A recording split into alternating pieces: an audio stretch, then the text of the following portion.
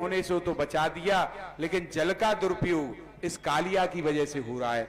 इससे मुझे मुक्ति दिलानी है, किंतु इस जल से मुक्ति में तब दिलाऊं जब दाऊ दादा सही नहीं हो, संग नहीं हो, क्योंकि ये नाग है, दाऊ दादा शेष नाग है, और कहूं दाऊ दादा अपनी जाति का पक्ष लेने लग जाए महाराज, तो फिर इनका सामना कौन कर सकता है दाऊ दादा का। तो एक दिन माता रोहिणी जी और यशोदा मैया दाऊ जी का जन्म दिन मना रही हैं, और भगवान ग्वाल वालों को साथ में लेकर के काली दह के तट पे खेलने आ जाते हैं बाबा। और जैसे ही काली दह के तट पे खेलने आ जाते हैं तो ठाकुर जी समझते हैं इससे ज्यादा मौका बढ़िया नहीं है, आज दाऊ दादा साथ में नहीं है, तो इस यमुना के जल को भी मैं इस कालिया से मुक्त करूं। अब बाबा संतन के बड़े बड़े भाव हैं, अपने अपने भाव हैं। कोई तो कहे कि महाराज श्री दामा की गेंदे लेवे के काजे ठाकुर जी कदम पे चढ़े और यमुना जी में कूद गए। कोई कहे कि कंस ने 1000 कमल मंगाए तो बिन कमलन ने लेवे के काजे यमुना जी में कूदे। और कोई कहे कि जल को दुरुपयोग हैरो बाके काजे कूदे। लेकिन बाबा हमारो मन कछु और ही कहे, हमारो मन ही कहे कि ठाकुर जी एक बार नृत्य सीखने की इच्छा भई, और बिन्ने नृत्य सीखने के काजे राधा रानी से निवेदन करो, हे किशोरी जी आप कृपा करके मुझको नृत्य सिखाओ। किशोरी जी ने कही हम अपने बरसाने में रहें, तुम्हें हम रोज नृत्य सिखावे कहांगी, अपने आप सीखो, हम ना सिखा रहे।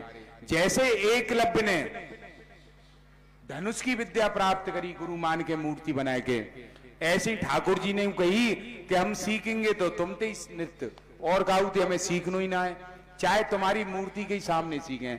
तो बाबा एक सघन कुंज में, इतनी सघन कुंजी बामे ठाकुर जी ने राधा रानी की बड़ी सुंदर मूर्ति बनाई, प्रतिमा बनाई, और वह प्रतिमा में के सामने ठाकुर जी नृत्य करवे लगे।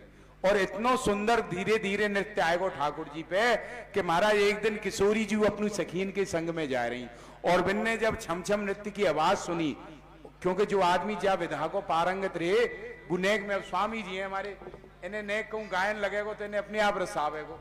अब बाबा ने ठाकुर जी की लीला में अपने आप रसावे। तो जब किशोरी जी ने कोई नृत्य देखो बने, अच्छा इतना अच्छा नृत्य कौन कर रहा है, तो सखी से गई, सखी ललिता देखियो ने किया कुंज में कौन नाच रहा है, और सखी ने देखी अरे यहाँ में तो कन्हैया नाच रहा है और बड़ो सुंदर नाच रहा है, अच्छा ये मुंह पे ही सीख भी आयो, पर सीख कौन ते लियो देखियो ने। और बिन्ने झांक के देखी तो राधा रानी की छवि नजर आई, और जब राधा रानी की छवि नजर आई तो उन्हें सोई राधा रानी और ललिता सखी पास में पहुंचे, उन्हें देख के कृष्ण शर्माए गए और रुक गए। बोले नाय नृत्य करके दिखाओ। बोले महारानी अब हमें माफ करो, आपके सामने कैसे करें। मन कैसे कैसे, जब तुमने हमारी छवि से सीखो है तो हमें गुरु दक्षिणा दो। तो उनने कही ऐसो है समय आवे पे मैं आप गुरु दक्षिणा दूंगो, और गुरु दक्षिणा भूई गुरु सफल मानो जाए। दुनिया में सबसे जीत के आदमी प्रसन्न हुए, लेकिन दो जगह ऐसी है वहां हार के प्रसन्नता मिले। पिता को अपना पुत्र अगर उससे आगे निकल जाए तो बड़ी प्रसन्नता होती है, ऐसे ही गुरु का शिष्य अगर उससे आगे निकल जाए तो बड़ी प्रसन्नता होती है। तो उन्होंने कहा राधा रानी मैं तुम्हें ऐसी दक्षिणा दूंगा कि आप प्रसन्न हो। तो ठाकुर जी ने सोची कि आज मैं ऐसा नृत्य करके दिखाऊं कि अच्छा नृत्यक नहीं कर सके, क्यों और नृत्यक तो महाराज जरा सा भी मंच टेढ़ो हलवे लग जाए तो जो नृत्य कह जाए वो रुक जाए, और मैं आज ऐसे मंच पे नृत्य करूंगा जो हलतो ही रहे ऊपर नीचे। तो राधा रानी का आह्वान किया है, तो राधा रानी को गुरु दक्षिणा देने के लिए ठाकुर जी काली देह में कूद पड़े। और जैसे ही काली देह में ठाकुर जी गए और जहां नाग पत्नियों ने देखा अरे बड़ा सुंदर बालक है, ये किसका आ गया, उन्होंने कहा अरे बालक तू कहां से आया, बड़ा ने जल्दी कर लो है। तो जैसे ही बालक आया तो उन्होंने कहा अरे बालक तू कहां से आया है, किसका है, बड़ा सुंदर बालक है, तो एक काम कर हमारे पतिदेव सोए हुए हैं, तू चला जा यहाँ से। ठाकुर जी बोले जो जगह अपने घर वाले, हम तो यही से मिल गए आए। और जोर से ठाकुर जी ने कही, तुरंत महाराज काली नाग जाग गया, और जाग के जैसे ही काली नाग फुसकारा सो। अब बाबा एक घटना और भैया में, जैसे ही ठाकुर जी काली देह में कूदे उधर ग्वाल बालन में रोवो पीटवो शुरू है गो। और देखो काऊ माता के बालक पे अगर कष्ट हुए तो माता सहज ही आवाज सह जाए, उधर यशोदा मैया को आभास हुआ कि मेरे लाला पे कोई कष्ट है, तो यशोदा मैया ने नंद बाबा से गई, सारे गोप ग्वाल बगैर कोई रास्ता पगडंडी देखे हुए दौड़े चले आए महाराज, वो काली दह के तट पे आ गए। और इधर जैसे ही काली नाग ने जग के फुसकार मारी और यमुना जी में उबाल आया और महाराज ग्वाल वाल और चीत्कार करने लगे, अरे कालिया जग गया, कालिया जग गया, कालिया जग गया। अब ठाकुर जी ने सोची ज्यादा देर करना सही नहीं है, कालिया ने झपट के ठाकुर जी को अपनी पास में ले लिया। महाराज नाग पास बड़ी ज्यादा है, नाग को भोगी भी कहा है बाबा, ये जब अपनी फांस में ले ले तो भोग के ही छोड़ता है। और नाग पास में तो आप पता है महाराज, मेघनाथ ने राम जी लक्ष्मण जी नाग पास में बांट दिए, तो महाराज गरुड़ जी आए उन्हें छुड़ाने, तो गरुड़ जी को भी भ्रम हो गया, कह रहे ये कैसे देवता हैं, ये कैसे सबको भव के बंधन से उबारेंगे, इनको ही मैंने बंधन से छुड़ाया है। बाद में उनका भी बंधन मुक्त कर दिया। तो महाराज ठाकुर जी ने अपना शरीर का आकार बढ़ाया और जैसे ही काली नाग के बंधन ढीले हुए, तुरंत ठाकुर जी ने छोटा आकार करके छलांग मार के नाग के फन पे खड़े हो गए और महाराज ठाकुर जी नृत्य करने लगे। सूरदास बाबा कहते थे तांडव गति मुंडन पर नाचत बनमाली।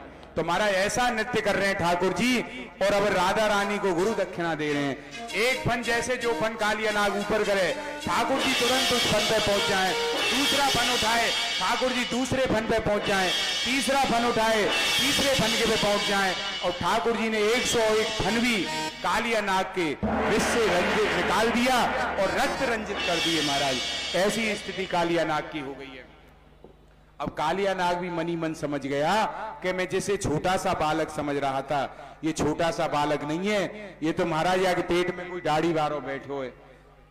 वह मनी मन प्रार्थना करने लगा और उधर नाग पत्नियां भी प्रार्थना करने लगी, हे प्रभु आपने हमारी पति देव पर बड़ी कृपा की है, ऐसी कृपा तो आपने परम भक्तों पे भी नहीं की है। ठाकुर जी बोले तेरे घर वारे के सबरे फनन पे थे तो खून जर रो है और कह रही हो बड़ी कृपा करी, हमने कहा कृपा करी है। बोले नहीं महाराज, न्यायाधीश के दंड में भी करुणा छुपी होती है, इसीलिए वो सुधार करता है। आजकल बाबा जेलन के नाम पे वो सुधार आले लिख दिए, सुधार करे लिख दियो है, सुधार के काज हैं। तो आपके जो दंड है उसमें भी सुधार है। देखो कोई डॉक्टर ऑपरेशन करे पूरे पेट है फाड़ दे, लेकिन मरीज विश्वास रखे कछु ना के, क्यों कि वहां में बाकी भलाई है। और हम जीव ऐसे हैं बाबा, समाज में तो विश्वास कर लें, और जहां ठाकुर जी पे विश्वास की बात आवे, यहाँ धुंधली रूपी कुतर की बुद्धि है ले में आगे। देखो कितनी जगह विश्वास करें, काऊ नए शहर में चले जाओ, तुम पतो ना जानो, टैक्सी वालों बुलायो भैया या पते पे पहुंचा देगो का, बोले हाँ साहब पहुंचा दूंगा, तुरंत विश्वास करके बैठ जाएं। और नाई पे दाढ़ी बनावे जाओ, महाराज नार पे उस तरह चल लो है, अगर विश्वास नहीं रहे तो बैठे सकोगा, लेकिन उन्हें विश्वास है कि मेरी गर्दन नहीं काटेगा दाढ़ी काटेगा। और जहां ठाकुर जी की बात आई तुरंत कुतर्क चल जाए महाराज।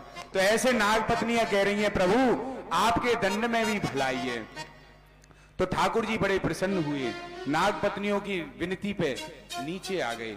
और नाग पत्नियां बाबा एक बात और कह जाए कि प्रभु आपने कृपा इसलिए की है कि देखो बलि ने त्रिलोक का राज्य देके जब अपने सर पे आपके चरण धारण करवाए, और मेरे स्वामी ने ना कोई तपस्या की, ना कोई दान किया, ना कोई योग किया, और आपके चरण मिल गए मेरे स्वामी को। प्रभु इस तरीके से ठाकुर जी नीचे आते हैं। और एक बात और कहें बाबा, नीचे आ जाएं और जैसे नीचे आवे तो नाग जो शेष नाग है कालिया नाग फिर फुंकवार भी लग जाए। भगवान बोले देख रही हो देवी, तुम तो कह रही हो यार छोड़ दो, और ई अभी मानी ना रो।